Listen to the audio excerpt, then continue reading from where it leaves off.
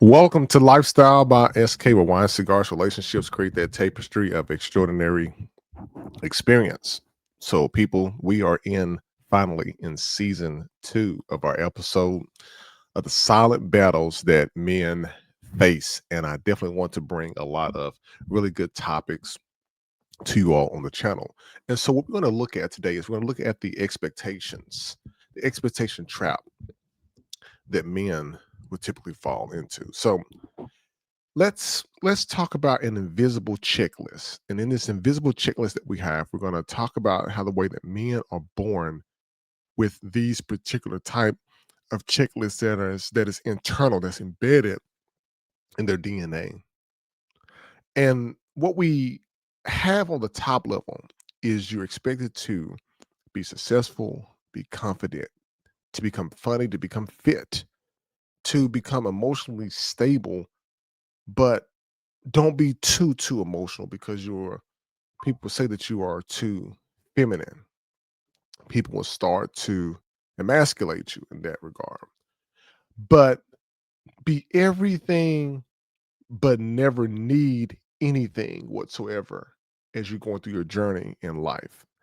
And so that is the trap that most men are stuck in a continuous loop as they're going about their time, their day, their moments, their hours, their minutes, their seconds in society that we have today.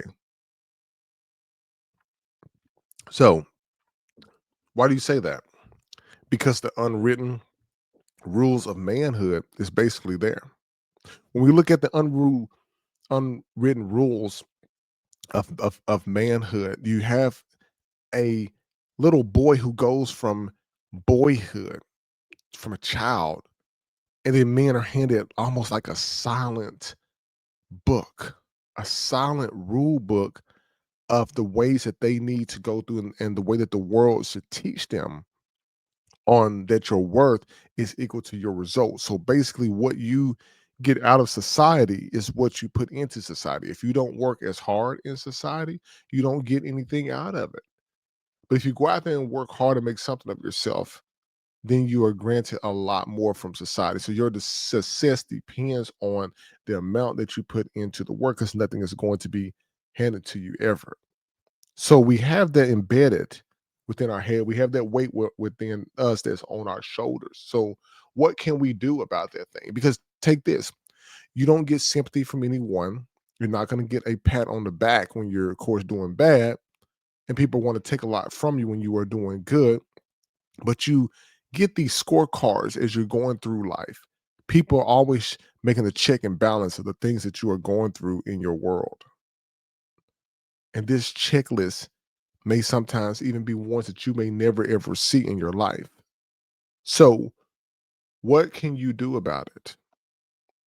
What can you do about it? How can you become the best version of yourself naturally? Because we have a lot of fake things that go on today in society. Men have a lot of pressure. I've said that so many different ways if you was with me in season 1, but a man who fails to meet those expectations is going to be labeled weak by the ladies that they come in contact with. They're going to be labeled lazy. They're going to be even undesirable to women out there. And here's the thing, they're going to be called that by women who have not even are not even on the same level as them in terms of what they put into society in the corporate world, if that makes sense to some of you.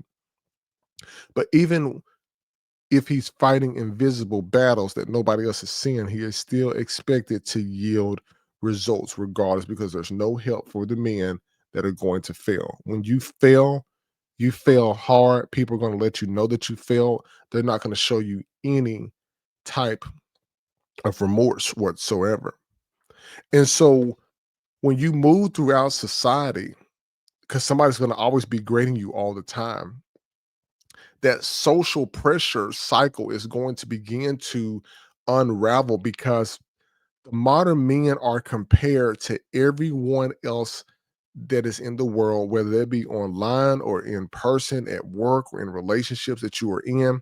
You're going to be compared to everybody. And I tell you this, people, social media is what makes it worse.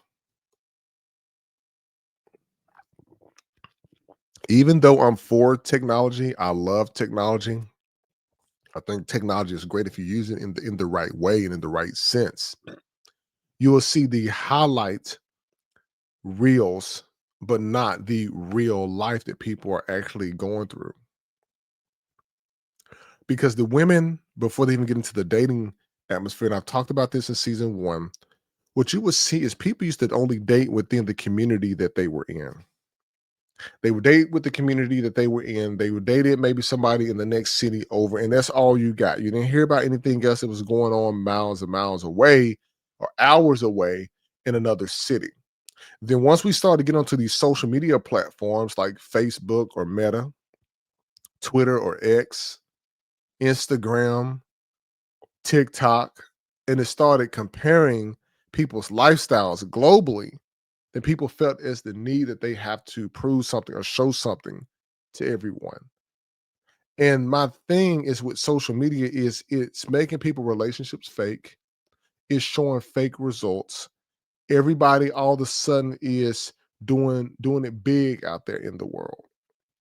And what it's showing a lot of is now a lot of women who didn't have these high regards of expectations now have high regards of expectations because they're seeing their homegirls or some people they know on the other side of the world who have people that they are with who may make a lot of money. And now they think that they have to have the same type of thing. And in reality, they do not. So you just want what somebody else had, but you're not willing to put in the work to even get there. That's the reality that we live in right now. This social media is really destroying relationships. It's not helping. But we're only seeing the relationships where it failed. We're not going to see people who are in functional relationships online talking about their personal relationships per se. You're going to always hear about the ones that are going through things or the ones that have problems in relationships. You see more of those videos, and it makes it appear that every single thing like that is going on like in the world in a majority of relationships. But it's very, very hard to gauge that because I'm sure there are very much more successful relationships that choose to keep their personal business offline. For example, when you look at the situation that's been a lot in social media with Stefan and Aisha Carey, there's been a lot of people that talk about that particular type of thing. There's different views, different sides of people saying, well, hey, you keep she's going online and she's talking about her relationship, and people are like, hey, she shouldn't talk about her husband that way online. Other people are saying she's just sharing her experience and what she wants to feel and what she should have done. But that thing right there that's going on with that, if we didn't have social media, you would never hear about anything like that. But those the kind of things is what I'm talking about. Is that example with that basketball player is an example of those podcasts and those reels that show things, but not the actual real life of what people are actually going through. And men are going to grind. They're going to grind themselves. They're going to figure it out. They're going to grind themselves into exhaustion, trying to keep up with these standards, the fake standards that the world is putting into place. And these standards are not even real. Let's really think about that, people. The things that you're seeing in a lot of relationships right now online are not even real. We have a very big problem in the way that we are dealing with things right now. And I'm super passionate about this because the average everyday person the average person that you see walking around on the street is not going to have a partner that makes a significant amount of money. They're not going to have the lavish lifestyle. They're going to live the basic average life. They're going to have the basic average job. They're going to live in a basic average home. They're going to have just a basic way of life. They have a roof over their head. They have clothes on their back. They have food in their mouth. They're going to have a basic average life. All this social media stuff is getting people very emotional, and it's showing a facade that people don't actually have.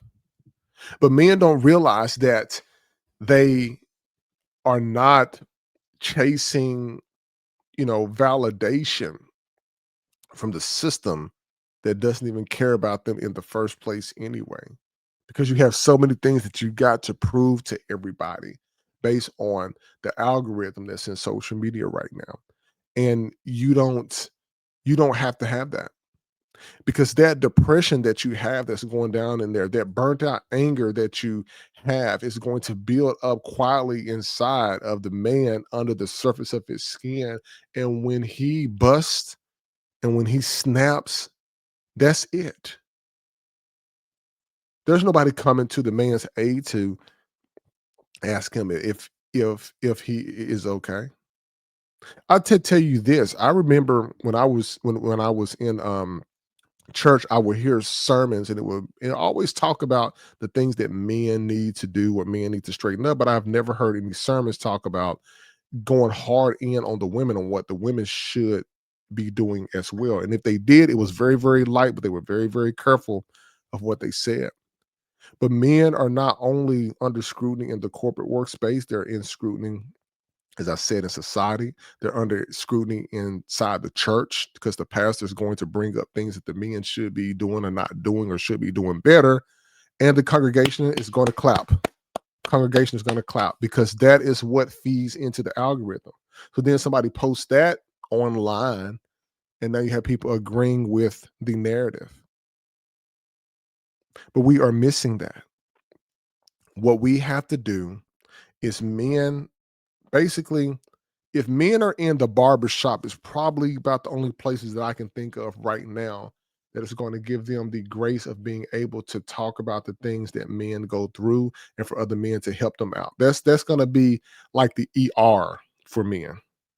The man's barbershop is like the ER for men, the emergency room for men, because that's where they can go to get some peace. That's where they can go to get the topics and the conversations, where they can actually get functional information from other men who may or may not be on that same level. Because in a barbershop, when the men come together, they come together for all walks of life. You got your corporate brothers, you got your average working brothers, you got your blue collar and your white collar brothers, and your kids. They are there in one place talking it out. Think about it. Because that performance becomes their prison, because they feel as though they're going to have to always grind, because there's not going to be any help to help them there. So, what I challenge is to help with relationships. I challenge specifically the Black church.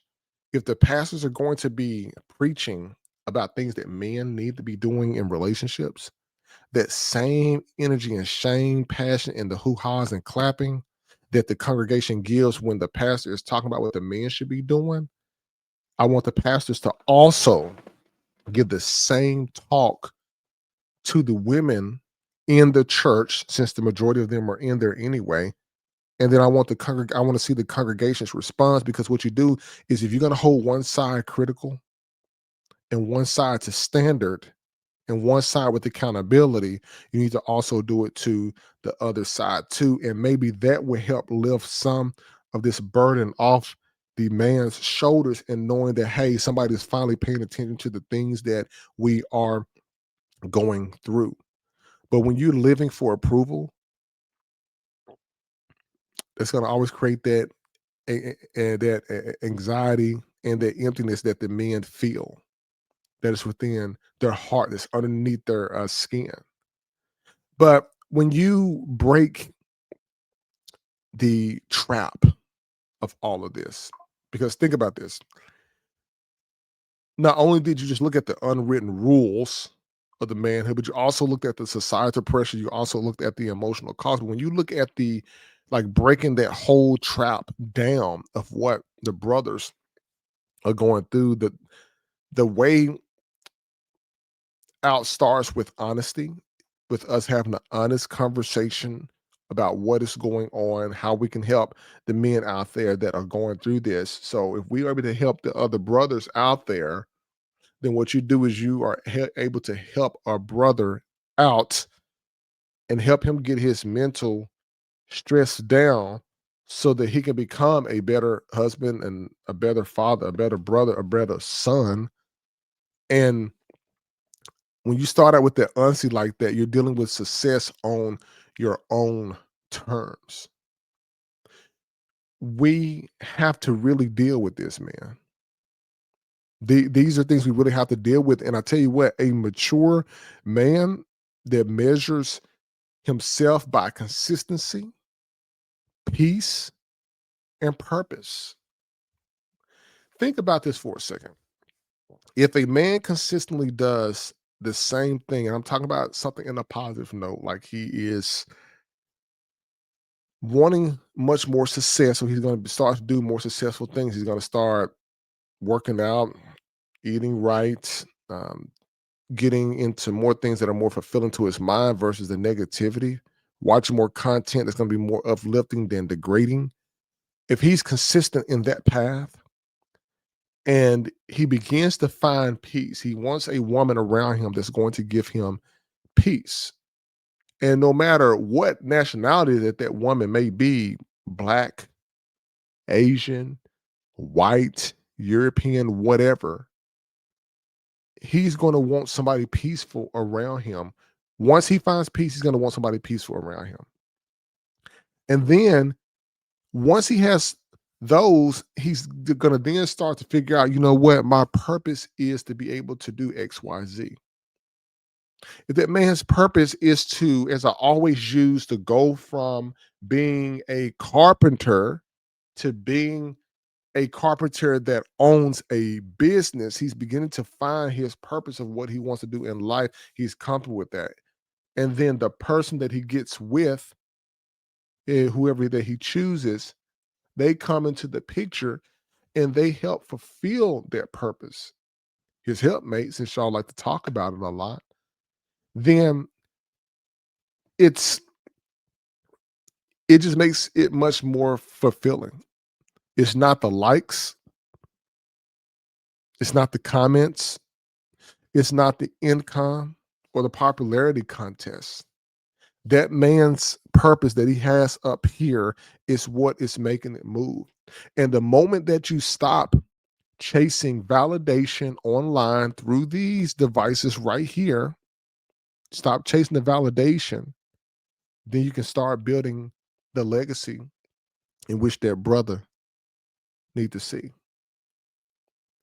And fellas, that's my challenge to you. Wherever you are on the economical level, wherever you are on the socio-economical level, whether you're working in a manufacturing facility or you're working in a corporate corner office, you have to find your way and start to build your legacy.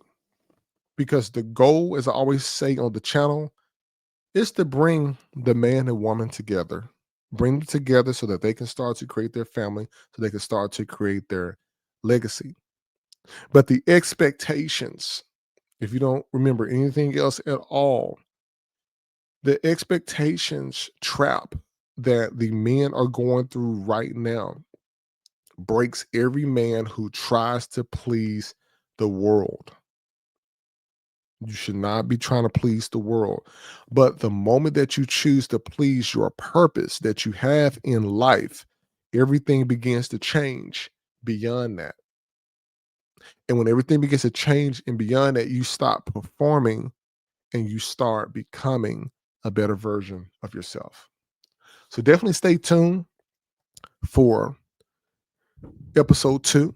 Look forward to bringing much more content to you soon. If you haven't yet, like, listen, subscribe to the channel, Lifestyle by SK, where wine, cigars, and relationships create that tapestry of extraordinary experience. And you all, of course, as always, you have a good one.